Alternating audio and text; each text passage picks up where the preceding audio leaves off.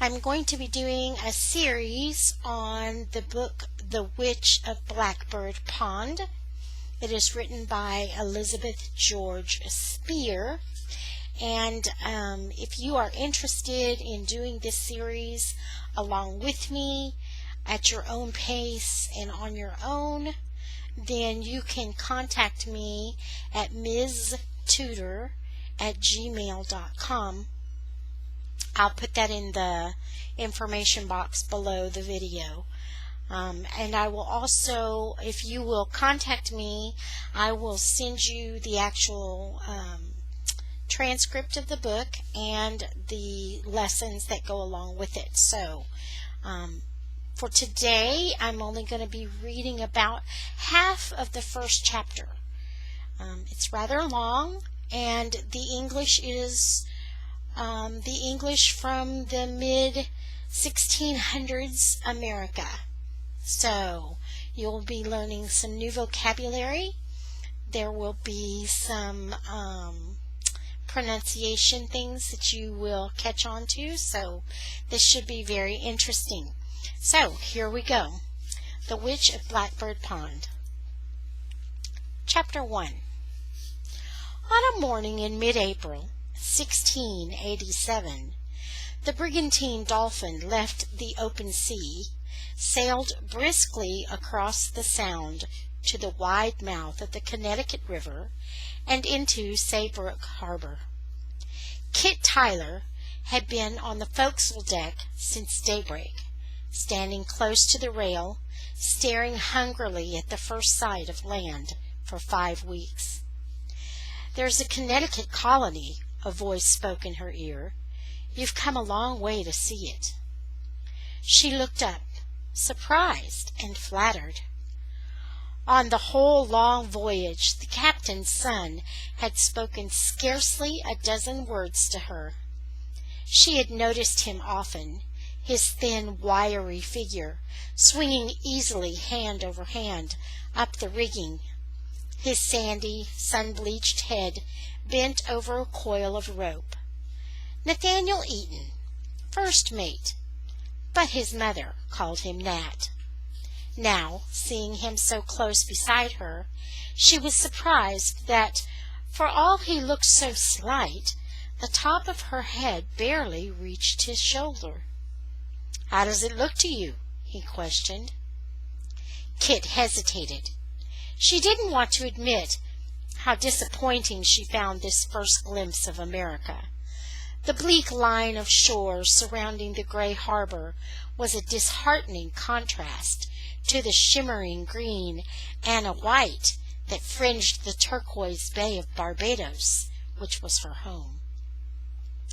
The earthen wall of the fortification that faced the river was bare and ugly, and the houses beyond were no more than plain wooden boxes. "Is that Wethersfield?" she inquired instead. "Oh, no, Wethersfield is some way up the river. This is the port of Saybrook, home to us Batons. There's my father's shipyard just beyond the dock." She could just make out the row of unimpressive shacks and the flash of raw new lumber. Her smile was admiring from pure relief. At least this grim place was not her destination, and surely the colony at Wethersfield would prove more inviting. "We've made good time this year," Nat went on. "It's been a fair passage, hasn't it?" "Oh, yes," she sparkled, "though I'm glad now 'tis over." "Aye," he agreed. "I never know myself which is best, the setting out or the coming back to harbor. Ever been on a ship before?"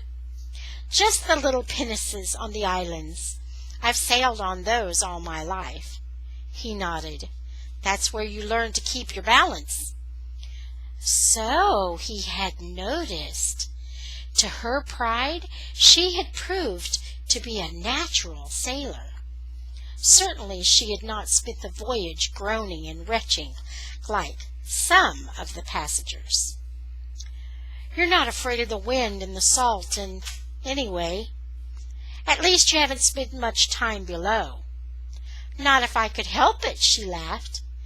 Did he think anyone would stay in that stuffy cabin by choice? Would she ever have had the courage to sail at all had she known, before she booked her passage, that the sugar and molasses in the hold had been paid for by a load of Connecticut horses, and that all the winds of the Atlantic could never blow up the ship clean of that unbearable stench? "That's what I minded most about the storm," she added. 4 days shut away down there with the deadlights up." "Were you scared?" "Scared to death, especially when the ship stood right on end and the water leaked under the cabin door. But now I wouldn't have missed it for anything. 'Twas the most exciting thing I ever knew."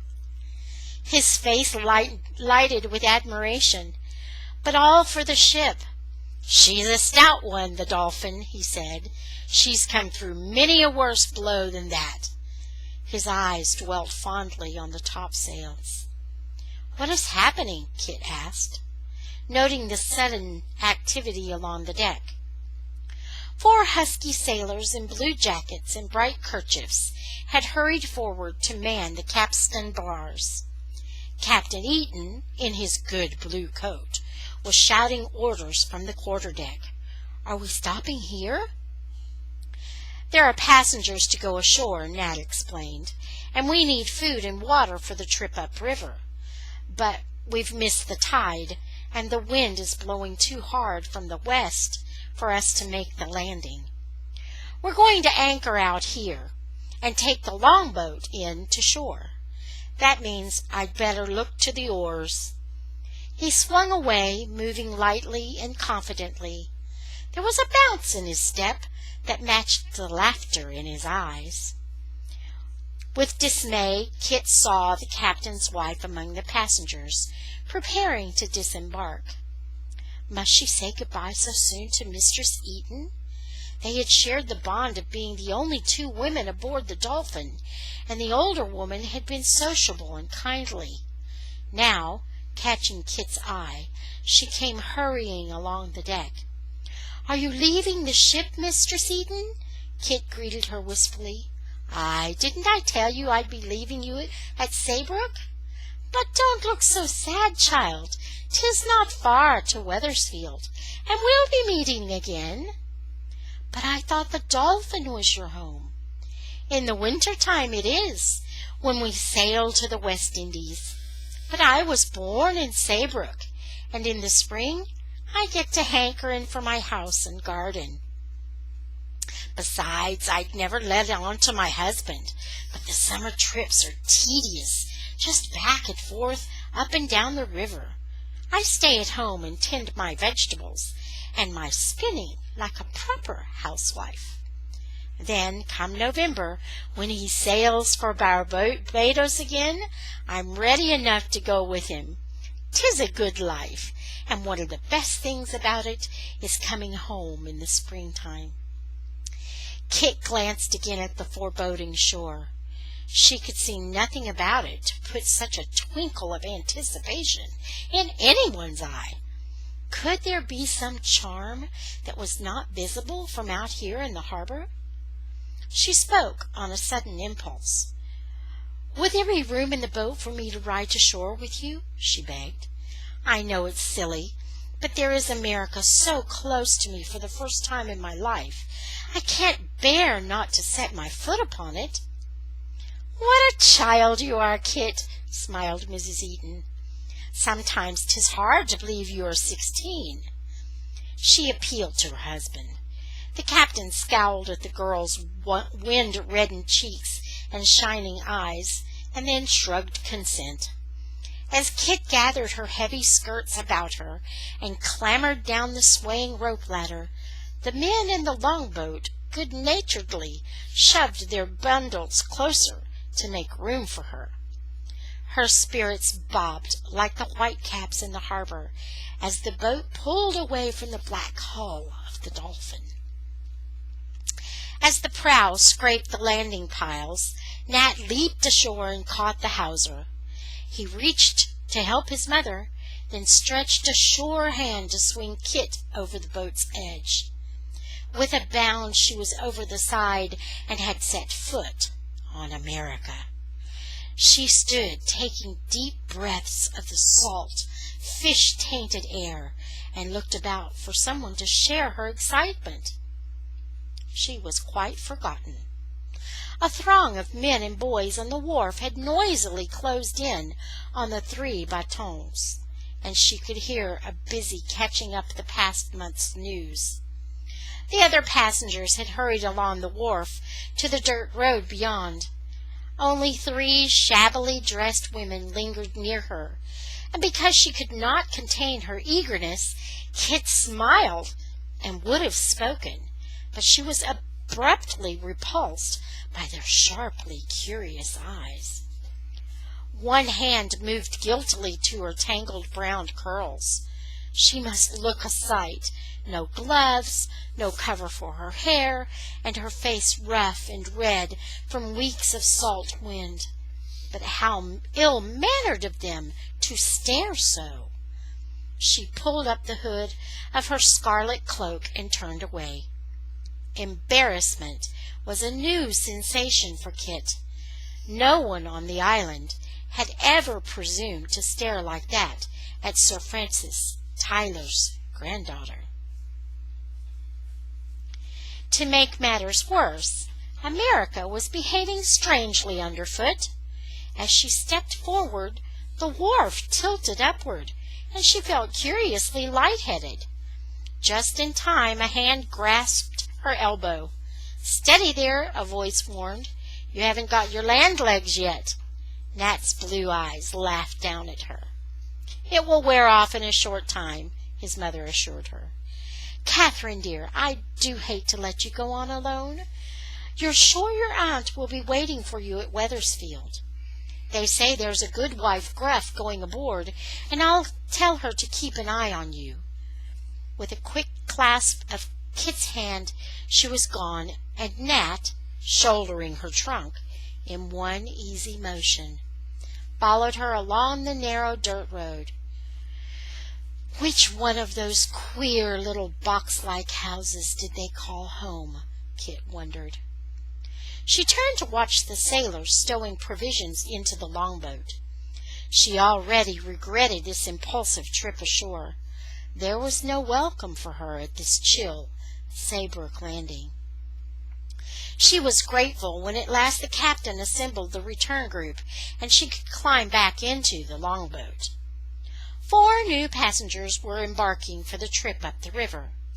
A shabby, dour-looking man and wife, and their scrawny little girl clutching a wooden toy, and a tall, angular young man with a pale, narrow face and shoulder-length fair hair under a wide-brimmed black hat.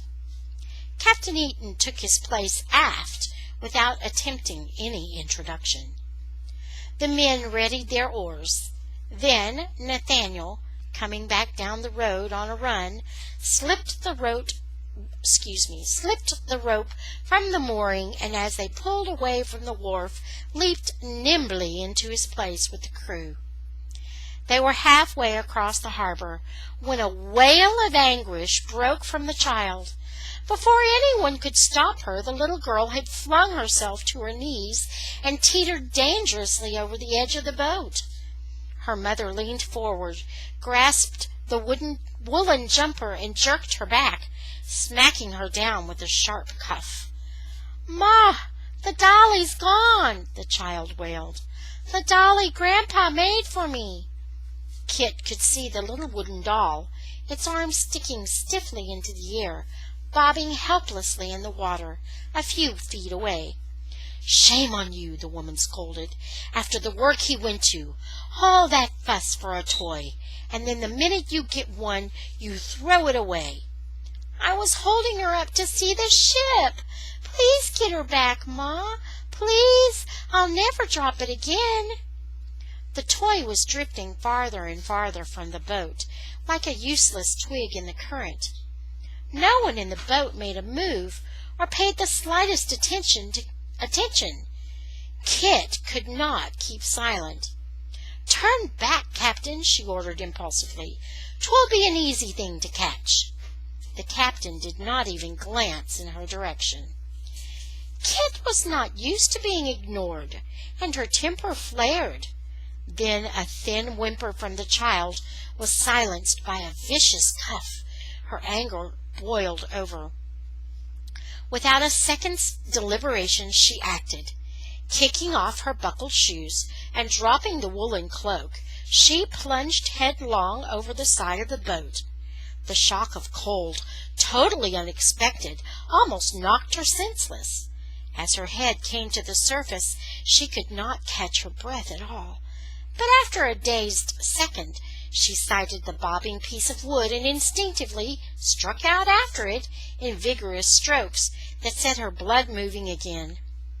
She had the doll in her hand before her numbed mind realized that there had been a second splash, and as she turned back she saw that Nathaniel was in the water beside her, thrashing with a clumsy paddling motion. She could not help laughing as she passed him, and with a feeling of triumph she beat him to the boat. The captain leaned to drag her back over the side, and Nathaniel scrambled in behind her without any assistance. "Such water!" she gasped. "I never dreamed water could be so cold." She shook back her wet hair, her cheeks glowing. But her laughter died away at sight of all their faces. Shock and horror and unmistakable anger stared back at her. Even Nathaniel's young face was dark with rage. "You must be daft," the woman hissed, "to jump into the river and ruin those clothes." Kit tossed her head. "Bother the clothes, they'll dry. Besides, I had plenty others." "Then you might have thought for somebody else," snapped Nat, slapping the water out of his dripping breeches. "These are the only clothes I have." Kit's eyes flashed. "Why did you jump in anyway? You needn't have bothered." "You can be sure I wouldn't have," he retorted, "had I any idea you could swim." Her eyes widened. "Swim?" she echoed scornfully. "Why, my grandfather taught me to swim as soon as I could walk." The others stared at her in suspicion, as though she had sprouted a tail, and fins right before their eyes. What was the matter with these people? Not another word was uttered as the men pulled harder on their oars. A solid cloud of disapproval settled over the dripping girl, more chilling than the April breeze. Her high spirits plunged. She had made herself ridiculous. How many times had her grandfather cautioned her to think before she flew off the handle? She drew her knees and elbows tight under the red cloak and clenched her teeth to keep them from chattering. Water dripped off her matted hair and ran in icy trickles down her neck. Then, glancing defiantly from one hostile face to another, Kit found a small measure of comfort.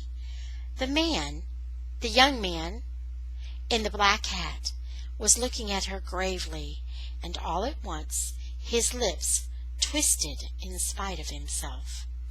A smile filled his eyes with such warmth and sympathy that a lump rose in Kit's throat, and she glanced away.